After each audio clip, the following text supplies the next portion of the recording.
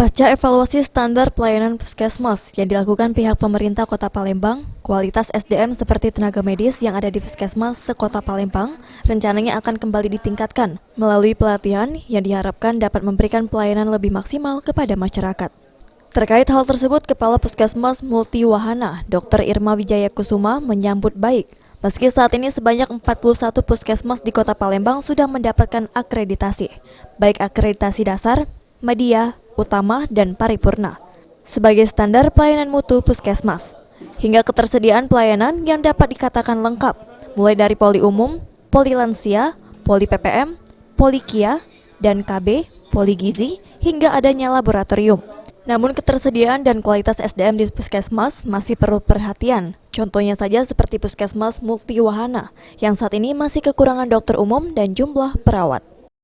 Kita sudah lakukan pemetaan di analisis jabatan ya, yang kita berharap di kemudian hari akan dipenuhi. Jadi untuk SDM itu memang penting sekali karena untuk pelayanan ke masyarakat itu sangat tergantung dengan SDM-nya. Jumlah dokter sudah cukup?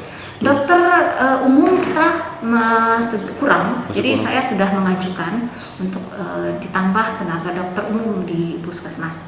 Kemudian kita juga saya ingin menambah perawat sama dokter yang kurang. Tapi dengan jumlah yang ada saya maksimalkan agar semua masyarakat bisa tercover yang dilayani.